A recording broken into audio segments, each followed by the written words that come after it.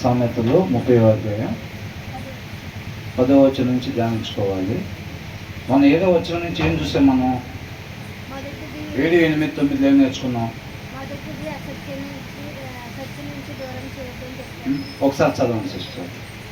వ్యర్థమైన వాటిని అబద్ధములను నాకు దూరముగా నుంచుము. 7వ వచనంలో ఏమంటున్నారు? దేవా, నేను నీతో 2 మనవులు చేసుకుంటున్నాను, నేను చనిపోక ముందు వాటిని నాకు అనుగ్రహింపు. ఏమంటున్నాడు? పశుప్రాయుల గురించి మొదటి నుంచి మనం చూస్తూ ఉన్నాం అన్నమాట. తర్వాత ఒక మనిషి ఎలా ఉండాలి, నిజంగా దేవుడి జ్ఞానం, దేవుడి వివేకం కలిగి ఒక మనిషిగా జీవించాలంటే ఆయన జ్ఞానము, ఆయన వివేకం మనకి కావాలి.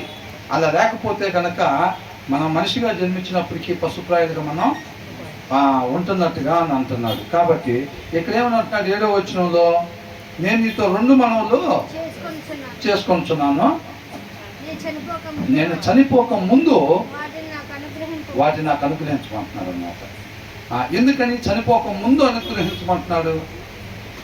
జనరల్గా ఎవరైనా సరే మన నిరీక్షణ ఏంటి? ఏదైనా మరణం తర్వాత పొందుకునే దాని మీద కదా.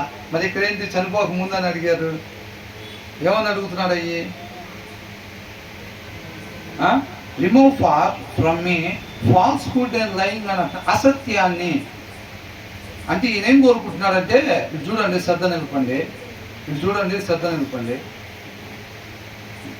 నేను చనిపోక ముందు నన్ను ఒక మనిషిగా ఏ రీతిగా జీవించాలో ఆ రీతిగా నన్ను జీవింపచేయని అడుగుతున్నాడు అన్నమాట. అర్థమవుతుంది? అలా జీవించకుండా ఒకవేళ ఆయన చనిపోతే, ఒక మనిషి ఎలా జీవించాలో అలా జీవించకుండా చనిపోయాడు అనుకోండి, ఏమైంది? ఆయన తండ్రికి శాశ్వతంగా దూరం అయిపోతాడు. ఇక మరలా ఇంకొక అవకాశం అనేది ఉండదు. అందుకని ఆయన ఏమంటున్నాడంటే, నాకు దాన్ని దయచేయి, దీన్ని దయచేయి, పిల్లలు పెళ్లి చూసేటట్టుగా దయచేయి, ప్రమోషన్ ఇచ్చేటట్టు దయచేయి, ఎలాగైనా ఇల్లు కట్టి వెళ్ళేటట్టుగా దయచేయి, పిల్లలకి అది ఇచ్చేటట్టుగా ఇది ఇచ్చేటట్టుగా ఒక ఇంట్లో చేసేటట్టుగా అనేది అయ్యగారు అడుగుతుంది. ఈయన జీవితం మొత్తంలో విలువైన దాన్ని అడుగుతున్నాడు. ఏమంటున్నాడు?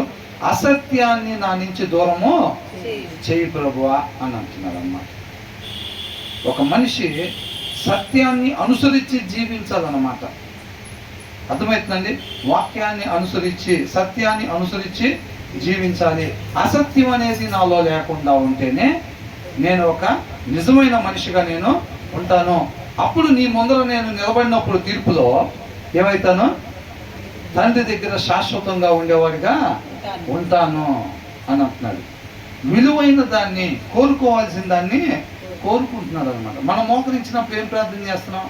ఆరోగ్యం, ఐశ్వర్యం, ప్రమోషన్లు, పిల్లలు, ఇవన్నీ మనకు కావాల్సింది. దీన్ని గాలికి వదిలిపెడతాం. రేపు ఆయన ముందర నిలబడితే నా పరిస్థితి ఏంటి?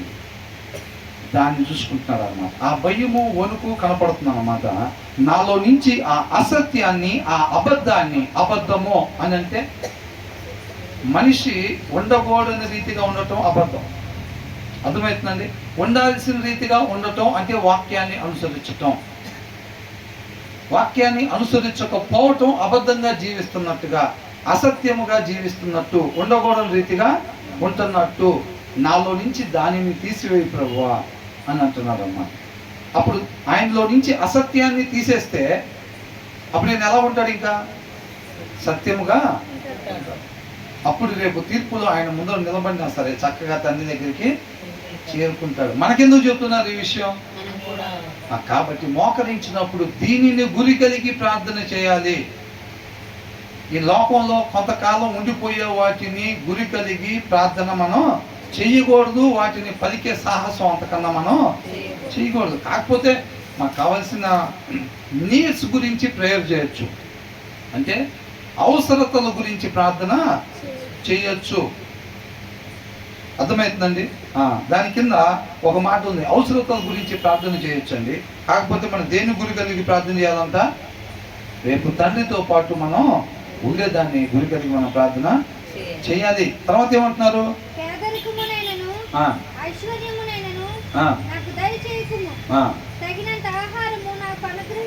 ఏం చేయకూడదంట?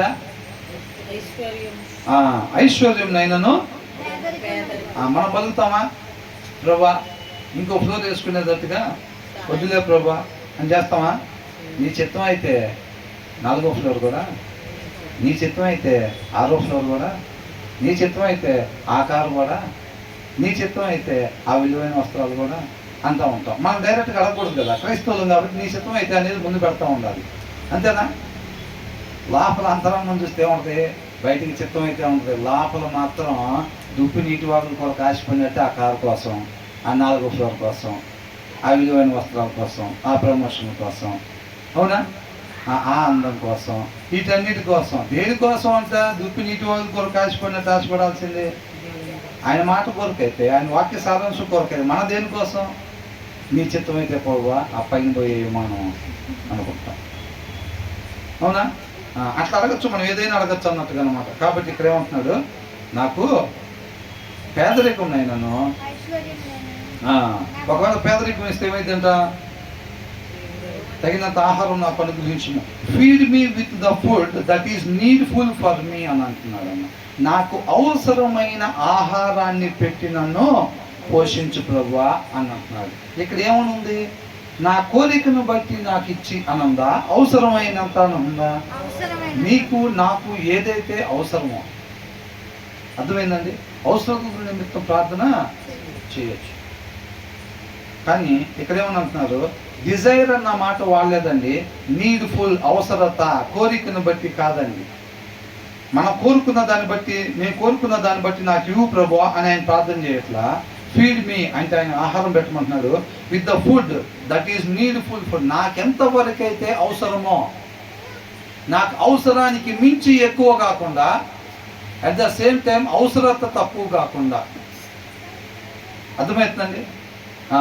నాకు అవసరమైనంత ఇచ్చి నాకు ఆహారము నన్ను పోషించు ప్రభువా అని కోరుకుంటున్నాడు అన్నమాట. మనం చేస్తాం ఆ ప్రార్థనలో. మన ప్రార్థన ఎట్లా ఉంటుంది?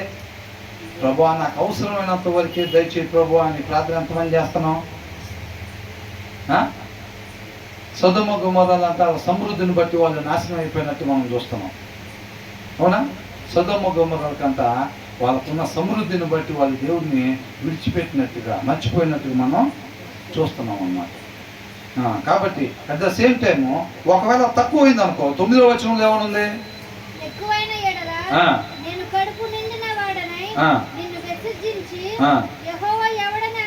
అబ్బా, ఎక్కువైతే ఏమంటామంట, మనకే తెలియకుండా ఆ తత్వం మనలోకి వచ్చింది. మనకే తెలియకుండా ఆ తత్వం మనకి వచ్చేసిద్ది అన్నమాట. కంపల్సరీగా అది నష్టాన్ని చేకూర్చిద్ది. అది రాకుండా భయము వణుకుతో ప్రార్థన చేయాలి. ఎక్కువైన ఎడల, నా అవసరతకి మించి ఎక్కువ రాకుండా ప్రభువా నీ కృపని దయచేయమని. అంతే. అర్థమవుతుందండి? ఎక్కువైతే ఏమొచ్చిందంట? Who is the Lord? Jehovah ఎవరు? అర్థమవుతుందండి అని అంటానేమో. కాబట్టి నాకు అలాంటిది వద్దు ప్రభువా, ఆ స్థితిలోకి నేను వెళ్ళకుండా నీ కృపను దయచేయి ప్రభువా. ఆయన ప్రేమను బట్టి మనం దొక్కే సైకిల్కి స్టాండ్ చేసి పెడతాడు ఆయన. లేకపోతే హల్లెలూయా స్తోత్రం ఆ ఇల్లు కొంటాం, ప్రభువా నీకే స్తోత్రం ఈ ఖాళీ స్థలం కొంటాం, ప్రభువా నైనా నీకే స్తోత్రం ఆ పక్కన కొంటాం. ఇక అట్లా వెళ్ళిపోతూ ఉంటాం, ఇక తొప్పుకుంటా స్తోత్రం స్తోత్రం అంటూనే ఉంటాం. అది కూడా కావాలి, అది కూడా కావాలి ప్రభువా, ప్రభా ఇంకా వయసు ఉంది, ఇది కూడా, అది కూడా, అది కూడా. అన్నీ చేసే పని కూడా అదే. అర్థమవుతుందండి? అదే వేసుకుంటూ వెళ్ళిపోతాం. ఆయన కృపను బట్టి ఆ గీత అవతల ఉన్న స్థితిలోకి మనల్ని పోనివ్వట్లేదు. పోతే ఏమైందంట? యెహోవా అట్లా వచ్చింది మన పరిస్థితి. ఎంత కష్టమో తెలుసండి. అలాంటి స్థితిలోకి వచ్చిన తర్వాత ఆయన వైపు నిదానించి చూడాలన్నది చాలా కష్టం, చాలా కష్టం. అర్థమవుతుందండి? కాబట్టి నన్ను ఆ స్థితిలోనికి పోనివద్దు ప్రభువా, నాకు అవసరమైనంత వరకే, నాకు ఏది అవసరమో అంతవరకు నాకు. మనం ఎవరు ప్రయత్నం చేయమండి చెప్పండి? ఇంకా డబ్బులు వస్తే బాగుండు, ఇంకా డబ్బులు వస్తే బాగుండు, ఇంకా మంచి ఆరోగ్యం ఉంటే బాగుండు, ఇంకో 2 అంగుళాలు ఉంటే బాగుండు. అవునా? మనం ప్రయత్నం చేయమా? మన చేతుల్లో పని అయితే మామూలు విషయమా? అవునా కదండి? మనం అట్లాగా చేస్తాం అన్నమాట. ఇక్కడ చూడండి ప్రార్థన ఎలాంటి ప్రార్థన చేస్తున్నాడు, ఆరుగురు ఎలాంటి ప్రార్థన చేస్తున్నాడు చూడండి, అర్థమవుతుందండి. కాబట్టి తర్వాత ఏమంటున్నాడు, లేక పేదనై దొంగిలిన దేవుని నామమును దూషించునేమో. చూసారా, దేవుడి నామాన్ని దూషించటం అన్నమాట. ఆయనకి అవమానకరంగా ప్రవర్తించటం ఒక మనిషి చేయొచ్చా, చేయకూడదా? చేయకూడదు. నా అవసరతకు కూడా చాలకుండా ఉండి ఒకవేళ నేను అట్లా చేసి నీ నామానికి అవమానాన్ని తీసుకొస్తానేమో ప్రభువా, ఆ స్థితిలో కూడా నన్ను వెళ్ళనివ్వద్దు ప్రభువా. నేను ఎప్పుడు కూడా నిన్ను అవమానపరిచేవాడు ఉండకూడదు, నేను ఎప్పుడు కూడా నేను దూషించేవాడిగా ఉండకూడదు. ఆయన లోపల ఉన్న భయము వణుకు చూడండి ఎలాగుందో. నేను ఆ గీత దాటి పైకి వెళ్ళానంటే మాత్రం నష్టపోతాను, అర్థమైందండి. అట్ ద సేమ్ టైము ఆ గీత కన్నా కింద ఉంటే నష్టపోతాను. నన్ను జాగ్రత్తగా అవసరమైనంత వరకు ఇచ్చి నన్ను నడిపించు ప్రభువా. ఈయన దేవుడికి ఎందుకు ప్రార్థన చేస్తాడండి? ఇంకా దేవుడికి సత్యం నుంచి దూరం అయిపోకుండా అసలు దేవుడికి ఎందుకు ప్రార్థన చేస్తున్నాడు ఈయన? అది ఏంటంట, అది ఈయన వల్ల అయ్యే పని కాదు, అది నా వల్ల అయ్యేది కాదు. కొన్ని వాళ్ళ నాన్న అడగచ్చుగా, వాళ్ళ నాన్న అడగచ్చుగా, వాళ్ళ నాన్న వల్ల కూడా కాదు. వాళ్ళ కుటుంబంలో ఎవరైనా పెద్దలు అధికారులు గొప్ప వాళ్ళు ఉంటే వాళ్ళని అడగచ్చుగా, మరి ఆ టైంలో ఉన్న నాయకుల్ని అడగచ్చుగా. అది ఎవరి వల్ల కాదు, మనుషుల వల్ల ఎవరి వల్ల అది కాదు, అది ఆయన చేయాల్సిన కార్యం అన్నమాట. అర్థమవుతుందండి. కాబట్టి నేను చాలా బ్యాలెన్స్డ్గా ఉంటా, నేను చాలా మెయింటెనెన్స్గా బ్యాలెన్స్ చేసుకొని అటు ఇటు బ్యాలెన్స్ చేసుకుంటా. ఆయన జ్ఞానం ఉంటేనే తప్ప, అర్థమవుతుందండి, లేకపోతే మన వల్ల కాదన్నమాట. అర్థమవుతుందండి. ఆయన లోపల ఉన్న భయము వణుకు చూడండి. నేను ఒక మనిషి ఎలాగ జీవించాలో నేను అలాగ మాత్రమే జీవించేటట్టుగా నీ కృపతో నన్ను నడిపించని ప్రార్థన చేస్తున్నాడు. అలా మనిషిగా నేను జీవిస్తున్న తర్వాత నా జీవితం ముగిసిపోయిన ప్రభా నీ ముందు నేను నిలబడతాను, తండ్రి దగ్గరికి చేరుకుంటా, నా జీవితం వ్యర్థమైపోదు. ఒక్కసారే వచ్చే అవకాశం ఇది, ఇంకొకసారి నాకు మరలా అవకాశము రాదు ప్రభువా అని చెప్పి ఆయన శ్రద్ధ నిలిపి దేన్ని కోరుకోవాలో దాన్ని కోరుకుంటున్నాడు అన్నమాట. అదే పాదాల చేత మనం కూడా చేస్తాం, కానీ మనం ఏం చేస్తాం ప్రార్థనలో? మన ప్రార్థనలు రకరకాలుగా ఉంటాయి కదండి, అవునా? కాబట్టి మనం దాన్ని జాగ్రత్తగా గమనించుకోవాలి. కాబట్టి ఇంకా ఎక్కువ కావాలి, ఇంకా ఎక్కువ కావాలి అనేది అనుకోకూడదు. దానికి సంబంధించి కూడా కింద వచనాల్లో ఉంది, అర్థమవుతుందండి. ఇదంతా ఎవరు అనుకుంటున్నారు? ఇప్పుడు ఈ పసుప్రాయులు అనే దాంట్లో స్టార్టింగ్లో ఉంది కదండి, అలా లేకపోతే కనుక ఈ 9వ వచనంలో ఎక్కువైనా ఇది తక్కువన్నా అయిద్ది అనమాట. తర్వాత ఏమంటున్నారు? ఇక్కడి నుంచి మనం ధ్యానించుకోవాలి. పోయినసారి ఆ 3 ధ్యానించుకున్నాం. దాసును గూర్చి కొండములు అక్కడ అండర్లైన్, అది ఏంటంటండి, కొండెములు. దాసును గుర్చంట యజమానితో కొండములు చెప్పకము, వాడిని శపించును. చూసారండి, మనం వాక్యంలో చూసినట్టయితే హామాన్ ఉన్నాడు కదండి, మొర్దెకై ఉన్నాడు, హామాన్ ఉన్నాడు కదా. హామాన్ ఏం చేశాడు? మొర్దెకై వాళ్ళు రాజుకు ఏదన్నా రాజ్యానికి నష్టాన్ని ఏమన్నా చేశారా? అలాగేమన్నా ఆలోచన చేశారా? అలాగేం ఆలోచన చేయలే. కానీ హామాన్ ఏమని చెప్పాడు? మొర్దెకై లేని టైంలో చూసుకొని ఆ తెగ మన రాజ్యానికి, ఈ దేశపు రాజుకి నష్టాన్ని కలగజేస్తున్నారు, కాబట్టి మీరు ఆజ్ఞిస్తే వాళ్ళు నిర్మూలం వాళ్ళని చేస్తాను అని చెప్పాడు అన్నమాట. వాళ్ళు వాస్తవానికి వాళ్ళ రాజ్యానికి కానీ రాజుకి కానీ నష్టం చేస్తున్నారా? చెయ్యట్లా. ఒక రకంగా చెప్పాలంటే తర్వాత మొదటగా ఏం చేశాడు? ఆ రాజుని చంపుదామని చెప్పి ప్లాన్ చేసిన వాళ్ళు కూడా ఆ రాజుని కాపాడాడు అనమాట. అర్థమవుతుందండి. అంటే వాళ్ళ వల్ల ఆ రాజ్యానికి రాజుకి మేలే తప్ప కీడు లేదు. కానీ కొండెములు చెప్పాడు అన్నమాట. హామాన్ ఏం చేశాడు? కొండెములు చెప్పాడు, వెళ్ళి ఇట్లాగా ఈ రాజ్యానికి ఇబ్బంది ఉంది ఒక తెగ నుంచి, కాబట్టి మీరు అనుమతిస్తే వాళ్ళని నిర్మూలన చేస్తామని చెప్పి కొండెములు చెప్పాడు.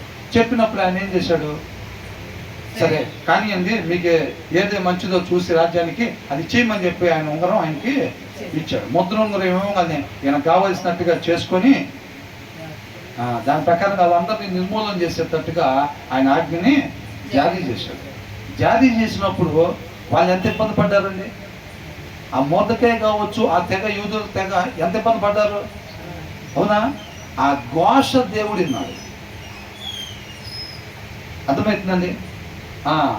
నువ్వు ఎవరి మీదైతే కొండెములను చెప్పావో దానివల్ల అవతలోళ్ళకి జరిగే ఇబ్బంది నష్టం దేవుడు ఆలకిస్తాడు. వాళ్ళు లేనప్పుడే మనం చెప్పాం, సైలెంట్గా సైడ్ అయిపోయాం. మనం చెప్పినట్టుగా కూడా తెలియదు వాళ్ళకి. ఎవరికి తెలిసింది? వాళ్ళకి తెలిస్తే ప్రాబ్లం ఏం లేదండి, వాళ్ళు పెద్దగా ఏం చేయలేరు. మనం ఆయన చేయగలుగుతాడా లేదా? ఆయన తెలిసింది. అర్థమవుతుందండి. మొర్దెకై చేశాడా? ఏమన్నా మొర్దెకై కాదు చేసింది. ఎప్పుడైతే వాళ్ళు పడ్డ ఇబ్బంది, నువ్వు కొండెములు చెప్పటం వలన వాళ్ళు పడ్డ ఇబ్బంది ఉంది చూసారా, మరణ భయం వాళ్ళందరినీ ఆవరించింది. అవునా కదా? వాళ్ళందరూ మనం నిర్మూలన చేసేసేమని చెప్పి ఆజ్ఞ చదివినప్పుడు ఏమైందండి, మనం ఏమీ చేయలేదే, ఎందుకు ఇట్లాగైందని వాళ్ళ లోపల ఎంత దోషం ఉంటుంది. అది దేవుడు ఆలకిచ్చాడు. ఆలకిచ్చిన తర్వాత ఏమైంది? ఏమైందంటే అక్కడ చదవండి ఒకసారి. దాసుని గురించి వాని యజమానితో కొండములు చెప్పకము, వాడు నిన్ను శపించును అంటే అదనమాట. వాళ్ళు ఇబ్బంది పడితే నువ్వు ఎవరి మీద అయితే కొండములు చెప్తావు వాళ్ళకి ఇబ్బంది జరిగిద్దా లేదా? చెప్పుడు మాట తినే వాళ్ళు వింటారు కాబట్టి నువ్వు ఎవరి గురించి అయితే చెప్పావో వాడు రాగానే బాస్ వాళ్ళని యాక్షన్ తీసుకుంటాడో లేదా? పరిస్థితి అక్కడ యాక్షన్ వాడి సంగతి తెలుస్తాడో వాడి పని అయిపోయింది అనుకోండి. నువ్వు ఎప్పుడైతే అవతలోడు లేనప్పుడు నీ నోరు తెరిసి కొండెములు చెప్పావో అప్పుడే నీ పని అయిపోయినట్టే. అర్థమవుతుందండి. అప్పుడే చెప్పినోడు పని అయిపోయినట్టే. వాడి పని అయిపోవటం కాదు, పరిస్థితి అలా ఉంటుంది. ముందు పరిస్థితి మనం చెప్పి సైడ్ అయిపోతామో, బాస్ వాడు రాగానే వాడి సంగతి చూసుకుంటాడు, వాడి పని అయిపోయిందని. నువ్వు ఎప్పుడైతే నోరు తెరిసి కొండెములు చెప్పావో అప్పుడే నీ పని అయిపోయిందంతే. అందుకని ఏమంటున్నాడు ఇక్కడ, ఇంకా చెప్పకము వాడు నిన్ను శపించును, ఒకవేళ నీవు హామాను అయ్యాడా లేదా? అయ్యాడా లేదా? వాళ్ళ కోసం పెట్టిన ఉరికొయ్య మీద ఎవరు ఆడారు? ఆయనే ఆడారు. అర్థమవుతుందండి. దీన్ని ఎంతమంది విశ్వసిస్తున్నారు? మొర్దెకై చూశాడా హామాన్ చెప్పినప్పుడు? మొర్దెకై ఏమని చేశాడా హామాన్ని? కానీ నష్టం కలిగిందా లేదా? కొండలు చెప్పిన ఒక నష్టం కలిగిందా లేదా? అది సత్యం, ఖచ్చితముగా జరిగిద్ది. కార్యం ఎలాగ జరిగిద్దో మొర్దెకైకి తెలీదు, హామానికి తెలియదు. మొర్దెకైకి కూడా తెలీదు. హామానికి ఖచ్చితంగా ఉరికొయ్య మీద ఎలాడతాడని మొర్దెకైకి కూడా తెలీదు. హామాను కూడా తెలియదు హామానే ఎలాడతాడు దాని మీద అని చెప్పి. వీళ్ళిద్దరికీ తెలియదు. కానీ కార్యం చూసారు ఎట్లా జరిగిందో. అందుకని ఆయన కార్యాలు ఆశ్చర్యమైన కార్యాలు అన్నమాట. మన వంటి జ్ఞానం కాదు ఆయన. మన తలంపులకి ఆయన కార్యాలు అందవు అన్నమాట. అర్థమవుతుందండి. కాబట్టి మనం అలాగా సారీలు చెప్పే వారంగా ఉండకూడదు. ఎవరు చూసారండి హేబేల్ని చంపేసినప్పుడు? అవునా? అక్కడికి వేరే వాళ్ళు ఎవరన్నా హేబేల్ బ్యాచ్ మా ఊరిని చంపుతావు, నీ ఎంత చూస్తాం, తర్వాత ఎక్కడ దొరికితే అక్కడ వేసేస్తావు నేను అన్నారా? ఎవరు చూశారు? అవన్నీ మనకి ఎందుకు చెప్తున్నారు? నువ్వు అటు ఇటు చూసి ఎవరు లేదని చెప్పి చేయటానికి వీళ్ళు ఒక ఆయన ఎన్ని క్షణం కూడా చూస్తా ఉంటాడు. నువ్వు ఆయన నుంచి ఆయన కన్ను తప్పి నువ్వు నేను ఏది కూడా మనం చెయ్యలేము. కాబట్టి మనం ఉండాల్సిన విధానము ఏంటంట, కొండెములు చెప్పే వారంగా మనం ఉండకూడదు. నువ్వు నేను నోరు తెలిసాము అని అంటే నష్టపోయినట్టే, పని జరిగిపోయినట్టే. సౌలు ఎప్పుడైతే దేవుడు చేయమన్నది వదిలిపెట్టాడో అప్పుడే పోయింది ఆయనకి. అవునా కదా? మనం కొండెములు చెప్పటానికి నోరు తెలిసినప్పుడే మనం నష్టపోయినట్టే, అంతే. అర్థమవుతుందండి. కాబట్టి మనం అలా చెప్పేవారం ఉండకూడదు. తర్వాత ఏమంటున్నారు?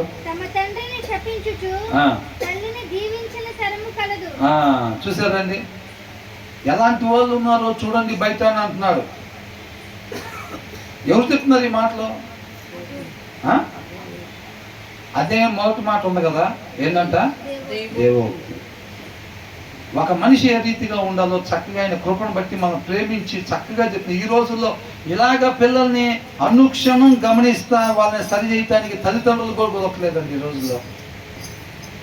ఎంతసేపు చెప్పారు, 2-3 సార్లు చెప్పారు, ఎంత లేదు సరే వదిలిపెట్టి ఒక అరగంట నాకే ఇసుకొచ్చింది అంటాం. ఆ అరగంటలో వాళ్ళు మొత్తం చేయని పనులన్నీ చేస్తా ఉంటారు. ఈయన అలసిపోతున్నాడా? తల్లి అలసిపోతుంది, తండ్రి అలసిపోతున్నాడు, దేవుడు అలసిపోతున్నాడా? అలసిపోతున్నాడు. అలసిపోని ఆయన వైపు మనం చూపు ఉండాలి, ఆయన మీద మనం ఆధారపడే వాళ్ళంగా ఉండాలన్నమాట. అర్థమవుతుంది? ఏమంటున్నాడు? తమ తండ్రిని శపించుచు.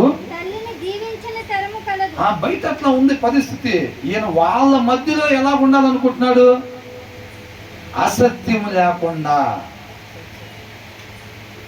మనుషులుగా పుట్టి పశుప్రాయులుగా జీవించే వాళ్ళ మధ్యలో నన్ను మనిషిగా జీవింపచేయి ప్రభువా అంటున్నాడు. అంటే నీవదే జీవింపచేయి. యేసుక్రీస్తు వారు లోకంలోనే కదా అట్లా జీవించింది పరిశుద్ధంగా. కాబట్టి ఇలాంటి తరం ఉంది బయట. ఎంతమంది మనిషిగా జన్మించి దేవుడి జ్ఞానం దేవుడి వివేకం లేకుండా ఉంటున్నారు. వాళ్ళలో సింప్టమ్స్ కరోనా వచ్చింది అని అంటే ఏముంటుంది? ఒళ్ళు వేడిగా ఉంటుంది, దగ్గు వచ్చింది, జలుబు వచ్చింది. మనం పశుప్రాయులుగా ఉన్నామా లేకపోతే దేవుడి జ్ఞానం మనిషిగా ఉన్నామా అనేది ఎలా తెలిసింది అంటే ఈ లక్షణాలు, కొన్ని లక్షణాలు మనలో కనపడుతుంటే కనుక, అవసరతకు మించి ఆశపడి దేవుడిని ఆశ్రయించే వారంగా ఉంటే కనుక ఇవన్నీ కూడా అనమాట పశుప్రాయుల్లో నుంచి వచ్చే లక్షణాలు అన్నమాట. మన ఆలోచన ఎలాగుంది అర్థమైందా? పెద్ద పెద్ద కార్లు, పెద్ద పెద్ద బంగ్లాలు, విలువైన వస్త్రాలు, కుదిరితే 10,000, లేదంటే 1,00,000, కుదిరితే ఇంకా 1,00,00,000. దేవుడికి పెద్ద స్తోత్రం. ఏంటంట? ఎంత పెద్ద ఇస్తే అంత పెద్ద స్తోత్రం. ఏముంది లోపల కోరిక అని అడుగుతున్నాడు అనమాట. కాబట్టి తమ తండ్రిని తల్లిని శపించేవాళ్ళు. అంటే ఒక పాట కూడా ఉందండి, వాక్యంలో కూడా ఏం చెప్తున్నారు? నా తల్లియు నీవే, నా తండ్రియు నీవే అంటున్నారు. అర్థమవుతుందండి? ఇక్కడ ఏ తల్లి తండ్రి గురించి మాట్లాడుతున్నారంటే ఒక నిజమైన తండ్రి ఒక నిజమైన తల్లి గురించి మాట్లాడుతున్నారు అనమాట. ఒక నిజమైన తండ్రి ఏం చెప్తాడంటే ఈ పద్ధతిలో కూర్చో అంటాడు, ఏ పద్ధతిగా మాట్లాడు అంటాడు, ఏ పద్ధతిగా ప్రవర్తించు అంటాడు. అవునండి? తల్లి చేసే కరెక్షన్ ఒక తల్లి కూడా అంతే చెప్పింది. అంటే వాళ్ళు ఏం చెప్తున్నారు? దేవుని మాత్రం చెప్తారు అన్నమాట వాళ్ళు. ఇప్పుడు సమూయేలు ఉన్నాడు కదా, సమూయేలు దగ్గరికి వచ్చి ఏం చెప్తున్నాడు?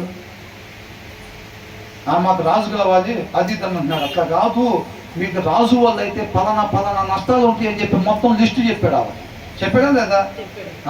రాజు వల్ల అయితే మీకు పలానా ఉంటుంది, ఇట్లా ఉంటుంది, అట్లా ఉంటుంది, ఇవన్నీ ఉంటాయి మీకు అని. అయినా పర్వాలేదు, వాళ్ళు మొత్తం విని ఏమన్నారు? వాళ్ళు మొత్తం విని అయినా పర్వాలేదు మాకు రాజే కావాలి. సమూయేలు బాధపడతా వచ్చి సమూయేలు ఏమన్నాడు? దర్శనం ఏమన్నాడు? వాళ్ళు నన్ను తిరస్కరించారు అని అన్నాడు. అవునా? వాళ్ళు నన్ను రిజెక్ట్ చేశారు దేవా అని అన్నాడు. అప్పుడు దేవుడు ఏమన్నాడు? అది ఏంటంట?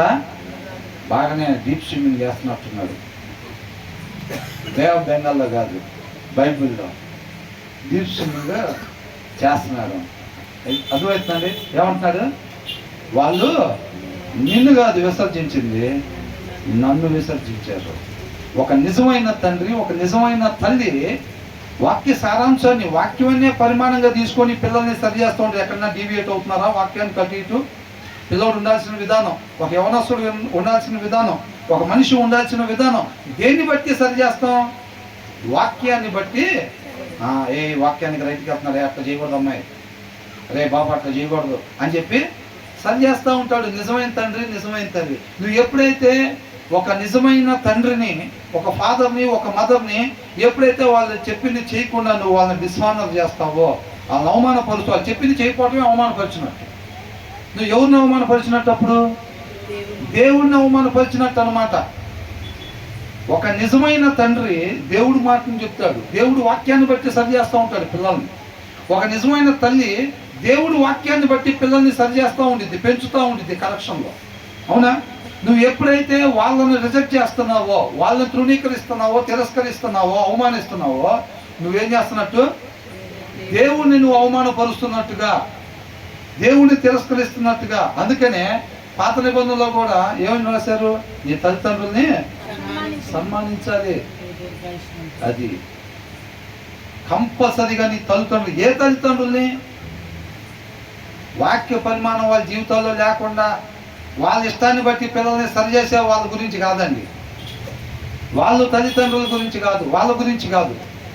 అర్థమవుతుందండి? వాక్యానుసారముగా సరిచేసే వాళ్ళు, వాక్యానుసారంగా ఉండే తల్లిదండ్రుల గురించి. ఒక తండ్రి ఒక తల్లి అని రాసినప్పుడు ఒక నిజంగా ఈ భూమి మీద ఉండాల్సింది ఏ రీతిగా ఉండాలో తండ్రి, ఆ తండ్రి గురించి రాస్తున్నారు అన్నమాట. వాక్యం చదవకుండా పిల్లలు పుట్టేసినంత మాత్రాన్ని వాళ్ళు ఆ తల్లిదండ్రుల గురించి కాదు ఇది మాట్లాడుతుంది. అర్థమవుతుందండి? అమ్మో తండ్రిని తిరస్కరించద్దన్నాడు, తండ్రి చెప్పింది చేయమన్నాడు, తల్లి చెప్పింది చేయమన్నాడు. ఒక తాగుబోతు తండ్రి అరే 2 గ్లాసులు పట్టుకురా ఇద్దరికి పోయి అన్నాడు అనుకోండి, ఏం చెప్తారు? తండ్రి ఏం చెప్తారు? చెప్పిన చెయ్యాలి, లేకపోతే అవమానపరిచినట్టు అని చెప్పి 2వ గ్లాసులో పోసుకొని తాగురా, పార్ట్నర్ లేడు మాకు, ఇవాళ మా ఫ్రెండ్ లేడు, ఊరే లేడు, నువ్వే పోసుకో వేరే గ్లాసులో అని అంటే బైబుల్లో ఎట్లుందని చెప్పి చేస్తారా? అలాంటి తండ్రి గురించి కాదు. ఆయన తండ్రిని పెట్టుకున్నాడు. హృదయంలో వాక్యం లేని వాళ్ళు మనిషిగా పెట్టుకున్నారులే కానీ పశుప్రాయులే. ఇలాంటి వాళ్ళకి పిల్లలు ఉన్నప్పటికీ కూడా వాళ్ళు నిజమైన తండ్రిగా వాళ్ళు, తల్లిగా వాళ్ళు ఉండట్లేదు అనమాట. దేవుడు వాక్యానుసారంగా సరి చేయకుండా ఉండేవాళ్ళు నిజమైన తల్లిదండ్రులు కాదు. వాక్యానుసారంగా ఉండే తల్లిదండ్రులు ఎవరైతే ఉంటారో వాళ్ళు వాక్యాన్ని పరిమాణంగా పెట్టుకుని వాళ్ళ పిల్లల్ని పెంచుతూ ఉంటారు అన్నమాట. అలా పెంచే వాళ్ళనంట ఎలాంటి తరం ఉందంట? తమ తండ్రిని చూసారండి. మరి తండ్రిని శపించటం అని అంటే వాళ్ళ హృదయంలో ఆ పిల్లోడు ఎలా ఉన్నాడు? వాక్యానుసారం ఉన్నాడా? లేడు. అర్థమవుతుందండి? మనం ఎప్పుడైతే వాక్యాన్ని అనుసరించమో ఏమైందంటే ఆ తండ్రిని మనం అవమానపరిచినట్టు, తిరస్కరించినట్టు. అవ్వకేం చెప్పారు? ఆ పండు మీరు చావకుండా ఉండటం కోసం ఆ పండు మీరు తినకుండా ఉండటం మేలు అని చెప్పాడు. ఏమేం చేసింది? తినేసింది. అంటే దేవుడిని ఏం చేసింది? తిరస్కరించింది. అంతే. నో నీడ్, అవసరం లేదు, నీ మాట మాకు అవసరం లేదు. ఆ క్రియ ద్వారా తెలియపరిచింది అనమాట, నీ మాట మాకు అవసరం లేదు. ఆయన్ని అవమానపరిచింది, తిరస్కరించింది. అర్థమవుతుందండి? మరి ఒక తండ్రి కానీ తల్లి కానీ వాక్యానుసారంగా చెప్పేటప్పుడు మనం ఎప్పుడైతే దాన్ని మనం చేయకుండా ఉంటామో ఏం చేస్తున్నట్టు? తిరస్కరిస్తున్నట్టు. మనం దేవుణ్ణి తిరస్కరిస్తున్నట్టు. వాక్యానుసారంగా ఉండే తల్లిదండ్రుల్ని మనం ఎప్పుడైతే వాళ్ళు చెప్పింది చేయట్లేదో మనం ఏం చేస్తున్నట్టు? మాక్ చేస్తున్నట్టు, మాక్, అపహాస్యం చేస్తున్నట్టుగా. అర్థమవుతుందండి? అది చెప్తున్నాడు అన్నమాట. మనం నిజమైన తల్లిదండ్రులుగా ఉండాలి. ఆ తండ్రి ఎలాగున్నాడో ఆయనలాగా మనము ఈ తల్లి ఈ తండ్రి ఉండాలన్నమాట. అలా ఉండేటప్పుడు అలాంటి తల్లిదండ్రులు చెప్పింది పిల్లలు చేసేవారుగా ఉండాలన్నమాట. అది చెప్తున్నాడు. ఎలాంటి తరం ఉందంటే ఇక్కడ అలా వాళ్ళని గౌరవపరిచే తరం కాకుండా శపించే తరం అంట. వాళ్ళ తల్లిని దీవించని తరం అన్నమాట. అర్థమవుతుందండి? అంటే పిల్లలు ఎట్లున్నారు? వాళ్ళు ఉండాల్సిన రీతికి ఉన్నారా? పశుప్రాయుల్లాగా ఉన్నారా? పశుప్రాయుల్లాగా ఉన్నారు అన్నమాట. మనకెందుకు చెప్తున్నారు ఇది? ఆయన చెప్పింది చెయ్యనప్పుడు ఆయన తిరస్కరించినట్టు. పద్ధతిగా కూర్చోమ్మా అని మనం పిల్లలకు చెప్పాం, వాళ్ళు కూర్చోలేదు. అప్పుడేంటి? పద్ధతిగా మాట్లాడమ్మా అని చెప్పాం, పద్ధతిగా ప్రవర్తించమ్మా అని చెప్పాం. చెప్పినప్పుడు వాళ్ళు చేయకపోతే ఆ తండ్రిని ఆ తల్లిని వాళ్ళు అవమానిస్తున్నట్టు, తిరస్కరిస్తున్నట్టు, అపహాస్యం, మాక్ చేస్తున్నట్టు అన్నమాట తల్లిదండ్రులు. అర్థమైందా? అదని. కాబట్టి మన వాక్యాన్ని అనుసరించుకున్నప్పుడు దేవుని మనం ఏం చేస్తున్నామో తిరస్కరిస్తున్నాం అన్నమాట. అర్థమవుతుందండి? అది ఏమి లక్షణం? అది దేవుడు మాట అని తెలిసి కూడా మనం చెయ్యకపోవటము ఆయన్ని అపహాస్యం చేస్తున్నట్టు. అలాంటి తరము కలదు అని అంటున్నాడు. అలాంటి వాళ్ళు ఉన్నారు ఈ లోకంలో. అంటే నాలాగా అనేక మంది పశుప్రాయులు ఉన్నారని చెప్తున్నాడు అనమాట. ఆయన జ్ఞానం ఆయన వివేకం లేకపోతేనే అలాగ దేవుణ్ణి తిరస్కరించేవారుగా ఉంటారు. దాని కింద ఏమంటున్నారు చెప్పండి? ఎవరి దృష్టికి అంట? వాళ్ళ దృష్టికి వాళ్ళు శుద్ధులే అంట. అర్థమవుతుందండి? ఎవరి దృష్టికి శుద్ధులుగా ఉండాలండి? ఎవరి దృష్టికి అది నీతిమంతులుగా ఉండాలా? దేవుని దృష్టిలో నీతిమంతులుగా ఉండాలి. నీతిమంతులుగా అంటే ఆయన మాటను అనుసరించే వాళ్ళు మనిషిగా జీవిస్తున్న వాళ్ళు నీతిమంతులు అని చెప్పబడతారు. అవునా? కాబట్టి ఇక్కడ తర్వాత ఏమని అంటున్నాడు, వాళ్ళ దృష్టిలో వాళ్ళంతా నీతిమంతులు, శుద్ధులుగా ఉంటారంట. తమ మాలిన్యము నుండి కడుగబడని వారి తరము కాదు. ఏంటంట?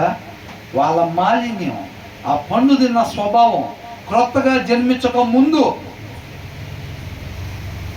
క్రీస్తులో జన్మించబడక ముందు, బాప్తిసం తీసుకోక ముందు జీవితం ఎలా ఉంటుందండి? అవునా? ఆ జీవితం ఎలా ఉంటుంది? మార్పు చెందక ముందు ఉండే జీవితం. వాళ్ళంతా ఆ మురికిని కడుక్కోకుండానే ఏమంటారంట, తమ దృష్టికి తాము నీతిమంతులుగా. దశంభాగాలు ఇస్తున్నాంగా, చర్చికి రోజు వస్తున్నాంగా, అర్థమైందండి? చర్చికి రోజు వస్తున్నాము, దశంభాగాలు ఇస్తున్నాము, క్రమం తప్పకుండా వస్తున్నాము అని చెప్పి వాళ్ళ దృష్టికి. కానీ వాళ్ళకేముందంట, తమ మాలిన్యము నుండి కడుగబడని, పైకి మాత్రం సిల్వర్ కోటింగ్, లోపల మట్టి పాత్ర. అర్థమవుతుందండి? పరిశీలు ఏంటంట, పైకి మాత్రం నీతిమంతుల్లాగానే. అర్థమవుతుందండి? దాంట్లో దశంభాగాలు, దీంట్లో పుదీనా కొత్తిమీర జీలకర్రలో దశంభాగాలు తీసి ఆచారాలను మాత్రం అనుసరించుకుంటా పోతా. అర్థమవుతుందండి? లోపల ఇంకా కడుక్కోలా. రేపు ఆయన ముందు నిలబడితే, ఆయన పోలిక కనపడితేనే తండ్రి దగ్గరికి. ఆయన పోలిక కనపడకుండా పాత లక్షణాలు, పాత బ్యాగేజ్ ఉండదు. చూసారండి? కొంతమంది నేలలో మునిగి లెగుతారు, కుళ్ళుకుంటా ఉంటారు. కొత్తగా జన్మించామంటారు, ఈర్షపడతా ఉంటారు, పగబెట్టుకుంటారు. అర్థమైందండి? వాళ్ళందరి గురించి మాట్లాడుతున్నాడు అన్నమాట. వాళ్ళందరి గురించి మాట్లాడుతున్నారు. దేవుడు ఏం చెప్పాడు? నిన్ను వలే నీ పొరుగు వాడిని ప్రేమించను అన్నాడు. నిన్ను వలే నీ పొరుగు వాడిని ప్రేమించు అని అన్నాడు. కాకపోతే కొత్తగా జన్మించామంటారు, బాప్తిసం తీసుకున్నామంటారు, వాళ్ళ జీవితంలో ఆ పాత లక్షణాలే కనపడుతుంది. ఆ పాత మురికే కనపడతా ఉండిద్ది. ఇంకా అర్థమవుతుందండి? పాత మురికే కనపడుతూ ఉంటుంది. వాళ్ళ గురించి చెప్తున్నాడు, వీళ్ళంతా పశుప్రాయులు, వాళ్ళను వాళ్ళు మోసం చేసుకుంటున్న వాళ్ళు. దేవుడి జ్ఞానం లేదు వాళ్ళ దగ్గర, లేదు. అర్థమవుతుందండి? అడిగితే ఏం చెప్తారు? దేవుని పిల్లలు అండి మేము, దేవుడి జ్ఞానంతోనే నడిపించబడుతూ ఉంటాం. కుళ్ళుకోవటం, ఈర్ష, పక్కింట్లో భార్య భర్తలు ఇద్దరు కలిసి ఉన్నారంటే మంట. మంట ఏంటి? ఇవాళ ఆయన దగ్గర పోయి కొద్దిసేపు అటు ఇటు మాట్లాడుకుపోయారా బయటికి వెళ్ళి? ఎందుకు? ఈయన పోయి ఆయనకి తీసుకుపోతే వాళ్ళిద్దరు కలిసి సంతోషం ఉండరు కాబట్టి. అవునా? ఈయన పోయి ఆ పక్కింటి ఆయన తీసుకుపోయాడు అనుకోండి, అది బయటికి, ఆయనిద్దరు సంతోషంగా ఉండరు. అవునా కదా? వాళ్ళిద్దరూ కలిసి ఉండకుండా ఉండటం కోసం అవసరమైతే ఏమో కూడా భర్తకు దూరంగా ఉండటం కోసం కూడా సిద్ధపాటు అయిపోయింది. అర్థమవుతుందండి? వాళ్ళిద్దరూ కలిసి ఉండకూడదు అని చెప్పి అవసరమైతే ఇలా భర్తకు దూరంగా ఉండటానికి కూడా ఇష్టపడిపోయింది. ఏ రీతిగా ఉంది లోపల? ఏ రీతిగా ఉందండి? పాత సామాను నీళ్ళల్లో మునిగి లేకపోకుండా ఉన్న సామాను, ఆ సామాన్ అంతా అట్టి పెట్టుకున్నారు లోపల. వాళ్ళ గురించి చెప్తున్నాడు. అది ఏ తరం అంటే? అది పశుప్రాయుల తరం. ఈ బయట అట్లా ఉంది. వాళ్ళ మధ్యలో ప్రభువా ఆ అసత్యం నుంచి దూరం చేయి ప్రభువా అని అంటున్నాడు.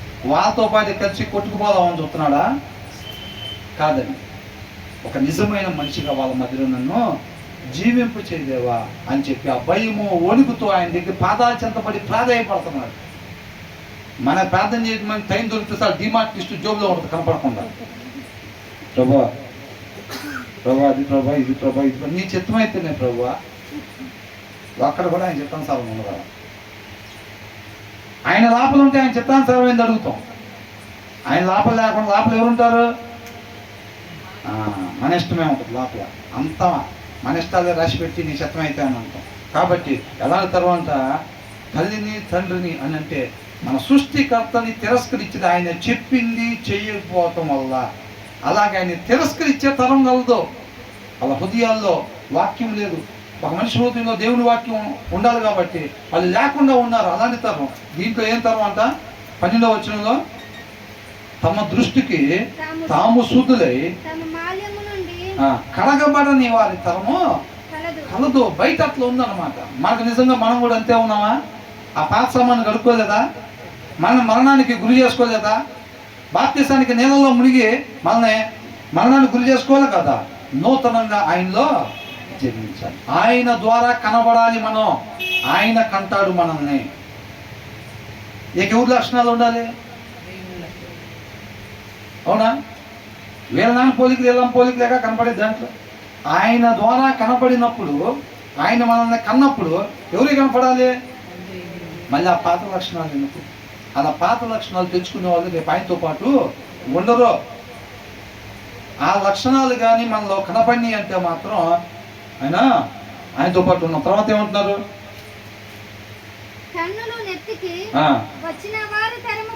ఎక్కడ ఉన్నదండి కళ్ళు? నెత్తికి వచ్చినాయి అంట కళ్ళు. చూడండి, గర్వం, అహంకారం, ఇవన్నీ ఉండాలంటున్నారా ఉండకూడదు అంటున్నారా? ఒక మనిషికి బయట అలాంటి తరం కలిగింది. అలాంటి తరాలు ఉన్నాయి. ఒక వ్యక్తి ఉన్నాడు కాదు, అలాంటి తరం ఒకటి ఉంది. ఇలాంటి తరం ఉంది, ఇలాంటి తరం ఉంది. లోకంలో ఉంటున్న తరాలు, లోకం అని చెప్పబడే దాంట్లో ఉండే తరాలు అన్నమాట ఇవన్నీ. లోకంలో ఉండేవాడు కళ్ళు ఎక్కడ ఉంటాయి అంట? నెత్తి మీద ఉంటాయి అంట. కనపడినప్పుడు ప్రైజ్లాగే చెప్తారు వాళ్ళు కూడా. నెత్తి మీద ఉంటా అంటే అట్లా గుర్తుపట్టచ్చు అనుకుంటా. అది ఇక్కడ ఉంటే ఏమో కళ్ళు అంటే వాళ్ళు కూడా కళ్ళు ఇక్కడే ఉంటే లిటరల్గా చూడటానికి మాత్రం ఇక్కడ కనపడితే అది వాళ్ళు చూసేది ఇక్కడి నుంచి. అర్థమవుతుందండి? వాళ్ళ లోపల హృదయంలో మనం తొంగి చూస్తే వాళ్ళకి కళ్ళు తల మీద కనపడుతూ ఉంటాయి అన్నమాట. అర్థమవుతుందండి? పేరుకు మాత్రం మళ్ళీ మామూలుగానే ఉంటాం అన్నమాట. అంతా మన మధ్యలోనే ఉంటారు, మనకులాగే ఉంటాం. కానీ వాళ్ళ గర్వం, అహంకారం. ఒక్కసారిగా మనం చదవాల్సింది బైబిల్ వేరే వాళ్ళు చదివితే ఒక్కసారి చదవండి, ఆ చూపులోనే ఏముంటుంది? నేనుండగా నువ్వు చదువుతావా? చెప్తాను, ఇస్తాను. ఏంటంట? ఎవరన్నా ఒకరు పాట పాడాలని అనగానే ఇక మనమేగా పాడేది. ఇక్కడ ఏముంటుంది? వేరే వాళ్ళు ఎవరు నిత్తంగానే అట్లా కూర్చోగానే అది చూడగానే అది కూర్చోవాలి. ఇంకంతే, చూడగానే అది కూర్చోవాలి అంతే. ఎవరైనా వాక్యం చెప్పమని ఇప్పుడు నాకు కాకుండా ఎవరికైనా ఇచ్చారు అనుకోండి, బ్రదర్ ఇక్కడ నాకు కాకుండా ఎవరికైనా ఇస్తే వాక్యం ఏమైంది? బ్రదర్కి వెళ్ళి మనం చూసే చూపులు అట్లాగా అంటున్నాడు అన్నమాట. వీళ్ళందరూ ఎవరు? మనుషులుగా ఉండి పసుపురాయలు అన్నమాట వీళ్ళందరూ. రేపు వీళ్ళకి సపరేట్ లోకం ఉంటుంది, సపరేట్ కళాయి ఉంటుంది. అవునండి, సపరేట్ కళాయి ఉంటుంది అనమాట వీళ్ళకి. అది చెప్తున్నారు. ఈ లక్షణాలు ఏమన్నా మనలో కనపడితే ఏమో చూసుకోండి. మీలో కానీ అట్లుంటే మీరు మనుషులుగా ఉండి పసుపురాయలుగా ఉంటున్నట్టుగా ఇమ్మీడియట్గా మనుషుల్లాగా మారిపోండి. ఆగురు ఎట్లా వేడుకుంటున్నాడు, మీరు నేను కూడా ఇమ్మీడియట్గా మోకాలు వేసి మనం కూడా ఏం చేయాలి? ప్రభు ఇంకో బంగళా అనకుండా ఏం చేయాలి? అసత్యాన్ని నాలో నుంచి, ఆ పాత సామాన్ సంచి బయటపడే ప్రభు నా వల్ల కావట్లేదు, దాన్ని తీసేసుకోలేకపోతున్నా. దాని మీద ఎంతో ప్రేమ పెంచుకున్నా ప్రభా. ఎప్పటి నుంచో పెంచుకున్న చిన్నపిల్లలను పెంచినట్టుగా ఆ పగని, ఆ కుట్రని, ఆ ఈర్షుని, ఆ ద్వేషాన్ని, ఆ కల్మషాన్ని పెంచుకున్నా ప్రభా. నా చేతులతో ఆ సంచి నేను బయటపడేలేకపోతున్నా ప్రభా. నువ్వు తీసి బయటపడేనాయన నాలో నుంచి బయట ఆగురు ప్రార్థన చేస్తున్నాను. మన వల్ల కానప్పుడు మనం దాన్ని ఇసరలేము. అవునండి, దాన్ని ఇసరలేం. కాబట్టి ఏం చేయాలి? ఆయన పాదాల చెంత చేరినప్పుడు మనం చేయాల్సిన ప్రార్థన, పిచ్చిదాన్ని మంచిదనుకుని లోపల దాచుకొని ఎప్పటి నుంచి అయితే ఉన్నానో ప్రభువా, దాన్ని తీసి బయటపడే ప్రభువా. నీ కృపతో నన్ను ప్రేమించి దాన్ని తీసి బయటపడేసి నాలో ఉన్న మాలిన్యాన్ని ఏం చేయమంటున్నాడు? కడిగి వేసేయి. మాలిన్యం నాలో లేకుండా, పాత సామాన్ లేకుండా, నేను నీళ్ళలో మునిగి లేక ముందు, ఆ నీళ్ళలో మునిగి లేక ముందు ఉండే లక్షణాలు నాలో లేకుండా తీసివేయి ప్రభువా అని చెప్పి ప్రార్థన చేస్తున్నాడు. కన్నులు నెత్తికి వచ్చిన వారి తరము కలదు, వారి కనురెప్పలు ఆ, ఎంత పైకెత్తబడి ఉన్నవి. వాళ్ళ కనురెప్పలంతా ఎంత పైకెత్తబడి ఉన్నవి అని అంటున్నాడు.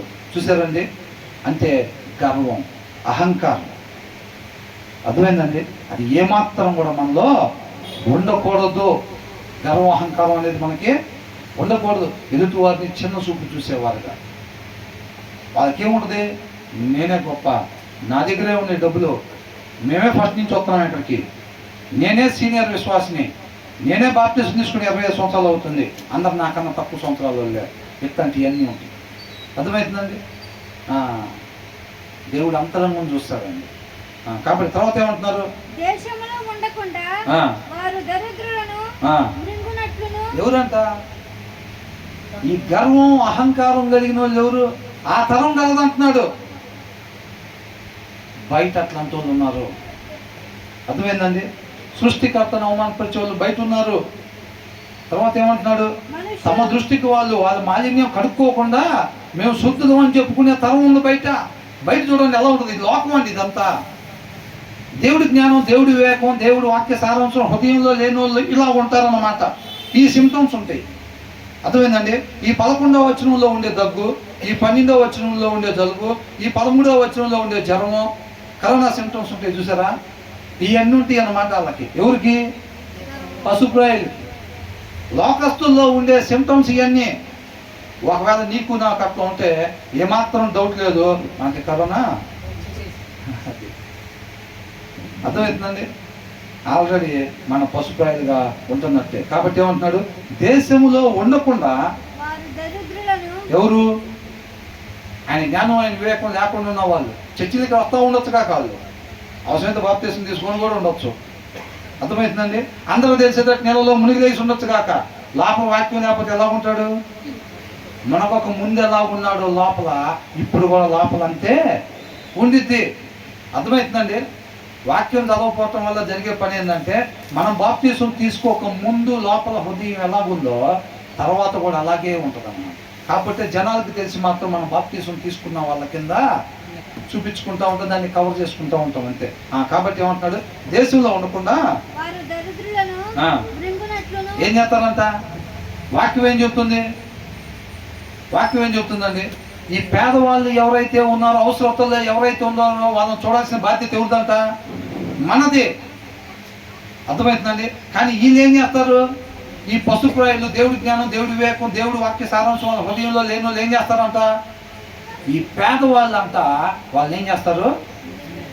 దేశంలో లేకుండా, దేశంలో ఉండకుండా వాళ్ళు దరిద్రులను మింగునట్లును, మనుషులలో ఉండకుండా పేదలను నశింపజేయనట్లును,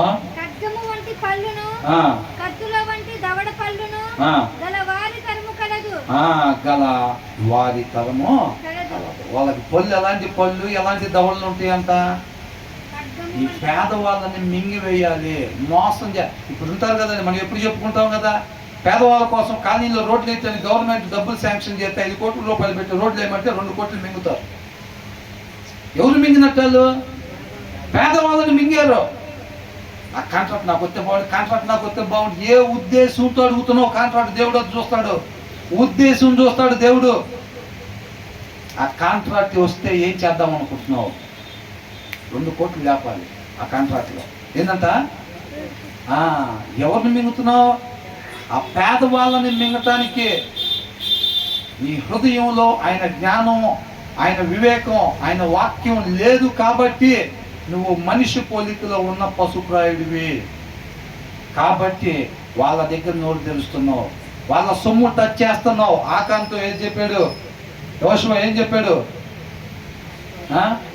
మనం ఆ ఐశ్వర్యం ముట్టకూడదు, అది దేవుడి ధనాగారంలోకి వెళ్ళిపోవాలి. అదంతా ఎవరు ముట్టబాకండి దయచేసి, ఇది దేవుడు మాట అన్నాడు. ఏం చేశాడు ఆకాను? పట్టుకున్నాడు. ఉన్నాడు ఆకాను?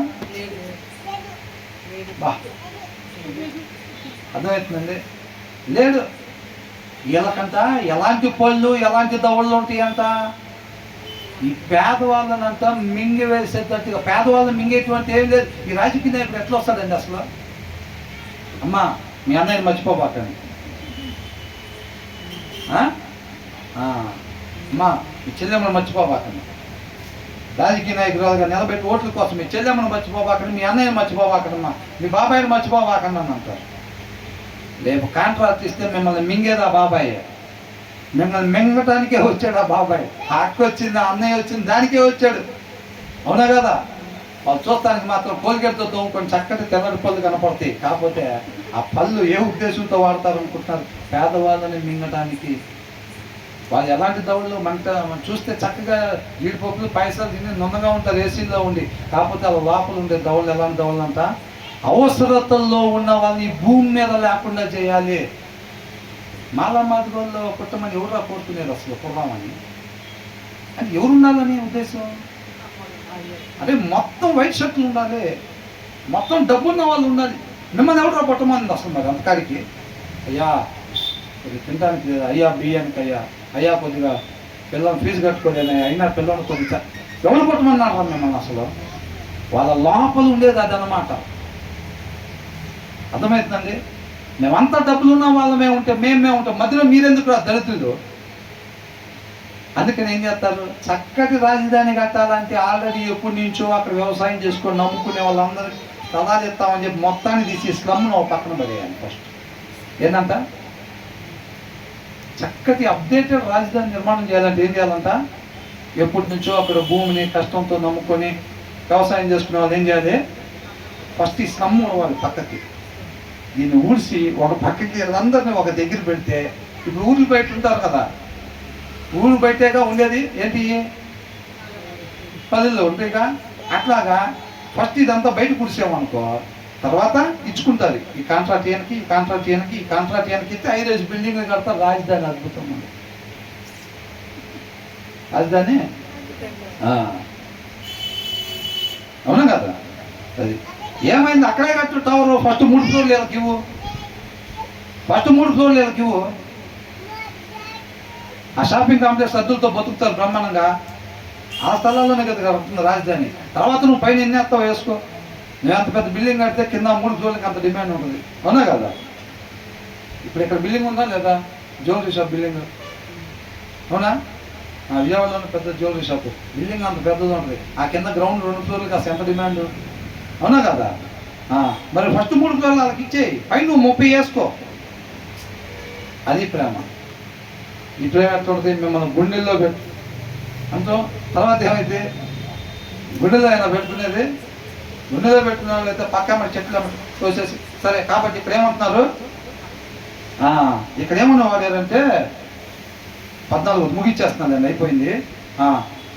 To devour the poor from off the earth, the needy, అవసరతల్లో ఉన్న వాళ్ళని, ఫ్రమ్ అమాంగ్ మ్యాన్ కైండ్, మానవ జాతిలో లేకుండా నిర్మూలన చేసేది. అవసరతల్లో ఉన్న వాళ్ళని అంట.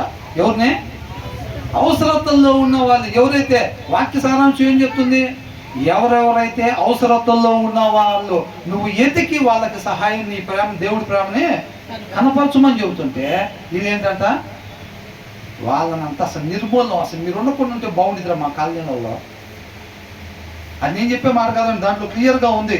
The needy from among man kind, మానవ జాతిలో ఎక్కడ లేకుండా. ఇది ఆ పక్కన ఉండటం కాదు, అదే మీరు పోయి ఊరు బయట ఉన్నాను, అక్కడ ఉన్నది, ఇక్కడ ఉన్నాను కాదు. అసలు వీళ్ళు ఈ జాతిలోని, ఈ భూమి మీదే లేకుండా ఉంటే బాగుండు. అలాంటి దవళ్ళు, అలాంటి పళ్ళు కలిగి ఉంటారు అన్నమాట. చూడండి అసలు ఎలాంటి గుణం ఆ లోపల ఉండే దాన్ని బయటికి తీస్తున్నాడు దేవుడు. అర్థమవుతుందండి? బయటకు ఎలా ఉంటారు రాజకీయ నాయకులు? ఏ కలర్ షర్ట్ వేస్తారండి? వైట్. దేనికి? మొత్తం ప్రేమే, వేరేది ఏం లేదు ఇక్కడ. పాలు అమ్మబడును అన్నట్టుగా ప్రేమ పంచబడును. ఆ షర్ట్ సింబాలిక్ ఏంటంట, ప్రేమ పంచబడును. ఈర్షపడటం, ద్వేషించటం, ఇదంతా ఇక్కడేం దొరకవు. ఇక్కడ ఈ షాప్లో దొరకవు. ఇక్కడ కేవలం ప్రేమ పెంచబడిద్ది అంతే అన్నట్టుగా వస్తారు. అక్క చెల్లెమ్మ అనుకుంటూ వచ్చి దోసుకొని పోవటమే. ఈ తరం ఎవరు? పశుప్రాయాల తరం ఇదంతా. బయట అలాంటి తరం ఉందని అంటారు. నీకు నాకు ఒకవేళ అలాంటి ఆలోచనలు ఏమైనా ఉన్నాయా? అయితే నువ్వు నేను ఇమీడియట్గా ఆయన పాదాలు చెంపకూడదు. ఇమీడియట్గా మనుషులలో ఉన్న వంటి అని ఉన్నాడు. నిశ్చయముగా మనుషుల్లో నా వంటి పశుప్రాయుడు లేడు, నరులకున్న వివేచన నాకు లేదు. నేను జ్ఞానాభ్యాసము చేసుకున్న వాళ్ళని కాను, పరిశుద్ధ దేవుని గూర్చిన జ్ఞానము పొందలేదు. పుడితే పుట్టచ్చు క్రిస్టియన్ ఫ్యామిలీలో. ఆయన జ్ఞానం, ఆయన వివేకం, ఆయన వాక్య సారాంశం మన హృదయంలో లేకపోతే ఈ సిమ్టమ్స్ మాకు వద్దు బాబు అన్నా సరే నీ లోపల నివసిస్తూ ఉంటాయి. వాటిని బట్టే నువ్వు నేను నడుచుకుంటూ ఉంటావు అన్నమాట. అర్థమవుతుందండి? ఇలాంటి ఎవరెవరికి ఉండాలనుకుంటున్నారు? ఆ తరంలో నేను కూడా ఉంటే బాగుండే. అట్లయితే కోట్లు వస్తాయి, 2 కోట్లు మింగచ్చంటే ఒక కాంట్రాక్ట్లో. ఆ తరంలో నేను కూడా ఉంటే బాగుండాలి అనుకుంటున్నారా? అసలు ఇట్లాంటి తరంలో మేము ఉండకూడదు. ఇంకో తరం ఉంది, క్రీస్తు తరం. లోకంలో ఉంటా ఆ లోక మాలిన్యం ఉందా, ఆయనకి అంటకుండా జీవించాడు కదా ఆయన. ఆ తరంలో నేను ఉండాలి ప్రభువా, నేను చనిపోకముందు నాలో ఉన్న అసత్యాన్ని తీసివేయి, నీ తరంలో నన్ను చేర్చుకో, ఈ తరంలో నన్ను ఉంచొద్దు ప్రభా, బయట ఇలాంటి తరాలు ఉన్నాయి అంటున్నాడు. ఏ తరంలో ఉందాం అనుకుంటున్నాం మనం? హృదయపూర్వకంగా మన అంతరంగంలో కానీ కోరుకుంటే ఆయన కృపను బట్టి సరి చేస్తాడు దేవుడు. అర్థమవుతుందండి? అది మన వల్ల ఏది కాదు, ఆయన సరి చేస్తాడు అన్నమాట. అర్థమవుతుందండి? కాబట్టి మనం అలాంటి సిమ్టమ్స్, ఇక పాత బ్యాగేజ్ మనలో ఉండకూడదండి. అర్థమవుతుందండి? ఏమండి, అర్థమవుతుందా? ఒకసారి నీళ్ళలో మునిగి లేగిస్తే నిత్య జీవమే, అలాగేమీ ఉండదు. ఆ పాత బ్యాగేజ్, ఆ పాత లక్షణాలు మనలో ఏదన్నా ఉన్నాయి అంటే ఒకటే ప్రభు దాచుకున్నాం, 3 పెట్టుకున్నామా? ఆమె 3 పెట్టుకున్నా, మూడు దిక్కులు పట్టుకొని తీసుకెళ్తాయని, నువ్వు ఒకటే పెట్టుకున్నా సరే ఆ ఒకటి చాలు నేను నేర్చుకునేది. అర్థమవుతుందండి? కాబట్టి అలాంటిది ఏం లేకుండా మరి పోవాలన్న పాత బ్యాగేజ్ పోవాలంటే ఏం చేయాలి? ఆ మాలిన్యం అని అంటే, నా మురికి పోలేదంట వాళ్ళకి. ఆ మురికి పోవాలంటే ఏం చేయాలండి? మురికి పోతానికి మనం జనరల్గా ఏం చెప్తాం? స్నానం చేస్తాం, నీళ్ళతో స్నానం చేస్తాం సబ్బుతో. కానీ ఇక్కడ దేంతో చేయాలి? అది ఏంటంట, వాక్యము శ్రద్ధ పెట్టి చదువుతున్నప్పుడు ఆ షవర్ కింద మనం నుంచున్నట్టుగా ఆ పాత మురికి మొత్తం పోతా ఉండిద్ది. మనలో ఉండకూడదు ఏదైతే ఉండిద్దో. అర్థమవుతుందండి? ఆయన మన కోసం వెళ్ళ చెల్లించాడు, ఆయన పరిశుద్ధ రక్తంతో మనం కొనుక్కున్నాడు. కానీ మన కడుక్కునే కార్యక్రమం ఉందన్నమాట. మనల్ని కడుగుతున్నాడు. నువ్వు నేను ఇష్టపడితే ఆయన వాక్యంతో శుభ్రంగా కడిగి ఆయన గుణలక్షణాలు మనలోకి డౌన్లోడ్ చేస్తాడన్నమాట. అర్థమవుతుందండి? అప్పుడు రేపు ఆయనతో పాటు మనం ఉండడానికి ఎలిజిబుల్ అవుతాం అన్నమాట. కాబట్టి చనిపోక ముందే ఆగురు ఏ రీతిగా కోరుకుంటున్నాడో మనం కూడా ఆ రీతిగా కోరుకోవాలి. ప్రభువా, మేము చనిపోక ముందే మేము ఒక నిజమైన మనిషిగా మేము జీవించే కృపని దయచేయమని చెప్పి మనం కూడా కోరుకునే వాళ్ళంగా ఉండాలి. దేవునికి మహిమ.